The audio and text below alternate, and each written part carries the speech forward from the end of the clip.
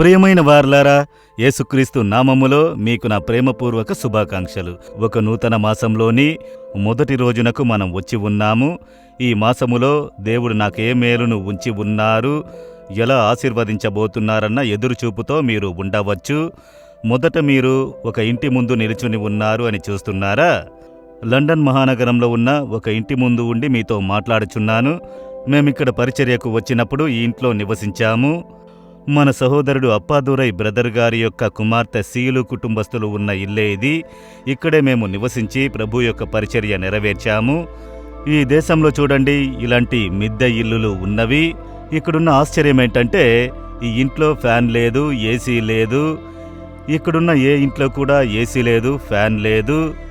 ఏం చెప్తున్నారు అని అంటే, ఎప్పుడు చల్లదనంతో ఉన్న ఒక ప్రదేశము కనుక ఫ్యాన్ అవసరం లేదు, ఏసీ అవసరము లేదు. కొన్నిసార్లు ఎండ చాలా తీవ్రంగా ఉంటే అది కొన్ని రోజులు మాత్రమే ఉంటుంది. ఆ సమయంలో కొంచెం ఉక్క అధికముగా అనిపించును. మిగతా రోజుల్లో ఎప్పుడు ఇల్లు ఏసీ ఉన్నట్లుగా చలిగా చల్లదనంతో ఉంటుంది.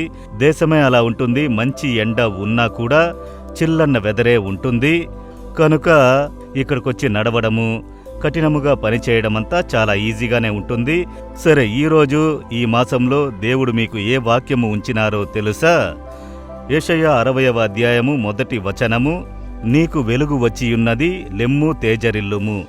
దేవుడు మిమ్మల్ని చూసి చెబుతున్నారు, నా కుమారుడ, నా కుమార్తె, నీలోనికి వెలుగు వచ్చి ఉన్నది, లెమ్ము తేజరిల్లుము. యేసే వెలుగు. యేసు ఈ లోకంలో పరిచర్య చేసినప్పుడు నేను లోకమునకు వెలుగై ఉన్నాను అని చెప్పినారు. ఆయన సేవ చేసిన రోజులలో ప్రజల్ని గురించి చెప్పబడినది ఏంటంటే, చీకటిలో సంచరించి జనులు గొప్ప వెలుగును యేసులో చూచిరి. కనుక సాతాను యొక్క చీకటి అన్న శక్తిలో నుండి ప్రజలు విడిపించబడ్డారు అని వేదంలో చూస్తున్నాము. ఇప్పటి వరకు మన జీవితంలో సాతాను అని చీకటి అనేక విధములైన క్రియలు చేయుచున్నాడు. ఇంట్లో సమస్య కలుగజేయుచున్నాడు, పనిలో సేవ చేసే స్థలంలో, బిజినెస్ చేసే స్థలములో. ఎందుకంటే వాడు చీకటి శక్తి అని వానిని గురించి చెప్పబడినది. అంధకారమైన చీకటి అని వాని గురించి కొలసీలకు 1వ అధ్యాయంలో చెప్పబడినది. చీకటి అంటేనే ఈ సాతానుని సూచించును. వాడే చీకటి నుండి క్రియ చేసి అనేక కీడులను చేయువాడు. మంత్రాలు, చేతబడులు ఎట్లా చేస్తారంటే, మధ్యరాత్రిలో చీకటిలో కూర్చుని చేయుదురు. చీకటి ఆత్మ అప్పుడే క్రియ చేయును. ఇప్పుడు చీకటికి ఆపోజిట్గా ఉన్నదేంటి? వెలుగు. వెలుగు వస్తే చీకటి దానంతట అదే పోతుంది. యేసు అన్న వెలుగు మీ జీవితంలో ప్రవేశించిన వెంటనే సాతాను అనే చీకటి తొలగిపోతుంది. అది మాత్రమే కాదు, దేవుడు చెబుతున్నారు, మీరు లేచి ప్రకాశించాలి. నేను వెలుగయ్యున్న యేసుని నీలోనికి వచ్చి ఉన్నాను. ఇక నీవు వెలుగు సంబంధమైన బిడ్డగా ఉండాలి. నీవు ఉన్న స్థలంలో ప్రకాశించాలని దేవుడు చెబుతున్నారు.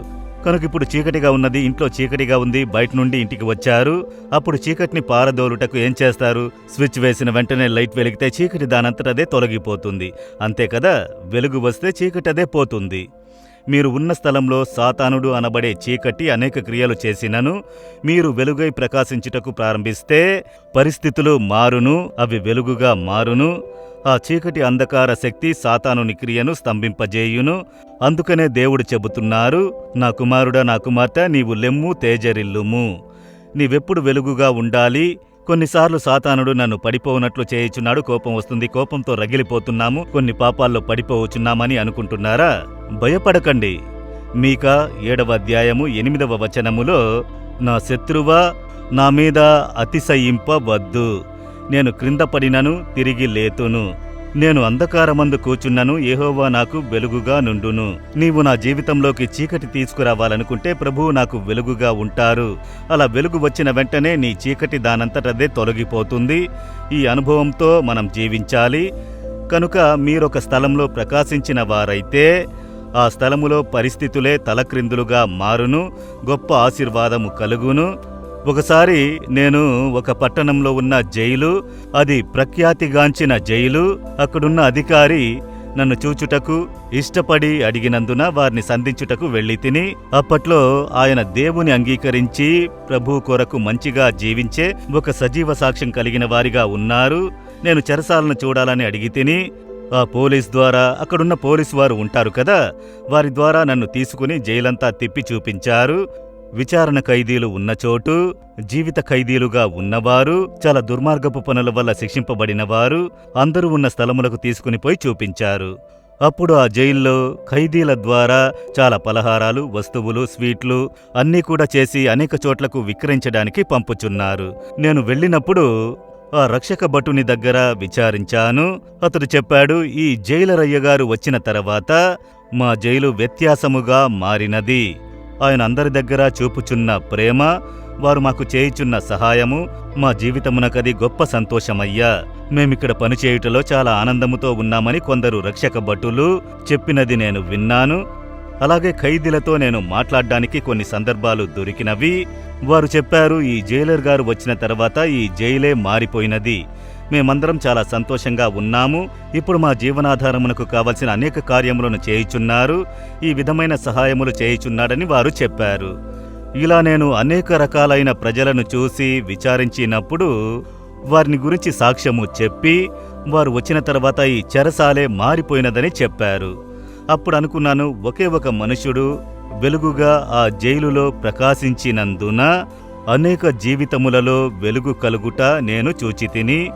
సాక్షి కలిగిన జీవితము, ప్రేమ కలిగిన జీవితము, ఇతరులకు సహాయం చేసే మంచి హృదయము, తగ్గింపు. నేనొక అధికారిని, మీరు నా క్రింద పనివారు లాంటివి జరగకుండా ఇతరులను తనతో సరిసమానంగా చూచుట, ఇవన్నీ వారు చెప్పి ఆనందించినారు.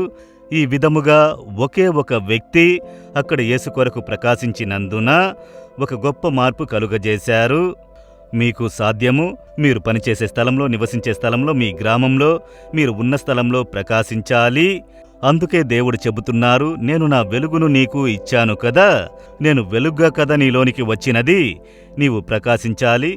ఆ వెలుతురు మగ్గిపోకుండా అనుదినము వేదమును చదివి ప్రార్థన చేసుకుని, ప్రభు అయిన యేసు నాకు వెలుగ్గా ఉన్నారు, నేనాయన కొరకై ప్రకాశించెదను అన్న గ్రహింపుతో మీరు పనిచేశారంటే మీ ద్వారా చుట్టుపక్కల ఉన్న వాటిలో ఒక గొప్ప మార్పును కలుగజేయవచ్చు. ఇప్పుడు దాన్ని గ్రహించుకుంటారా? సమర్పించుకుంటారా? దేవా, నేను వెలుగుగా ఉండుటకు నన్ను సమర్పించుకుంటాను. నాలో ఉన్న వెలుగు చీకటి కాకుండా నేను కాపాడుకొనుటకు నాకు కృపను అనుగ్రహించుడి. ప్రార్థించెదరా? అలాగే ప్రార్థన చేయండి. దేవా, మీరు నాకిచ్చిన వాగ్దానం కొరకై స్తోత్రములు. మీరు నాలోనికి వెలుగుగా వచ్చితిరి. నేను ప్రకాశించెదను. మా ఇంట్లో, బయట, గ్రామములో, పట్టణములో, పనిచేసే స్థలములో, నివసించే స్థలములో యేసు కొరకు నేను ప్రకాశించెదను. చీకటిని పారద్రోలే వెలుగుగా నేనుంటాను. సాతాను యొక్క చీకటిని కృంగజేయు వెలుగుగా ఉండుటకు నన్ను సమర్పించుకుంటున్నాను. నా చుట్టూ మీ వెలుగు ప్రకాశించునుగాక. నేనెప్పుడూ ప్రకాశించున్నట్లు నన్ను ఆశీర్వదించుడి. యేసు నామములో ప్రార్థిస్తున్నాను. Amen, amen. Jesus redeems Telugu YouTube ఛానల్ను సబ్స్క్రైబ్ చేయండి. సబ్స్క్రైబ్ బటన్ను క్లిక్ చేయండి మరియు బెల్ బటన్ను నొక్కండి. ప్రతిరోజు కార్యక్రమ సమాచారం పొందండి.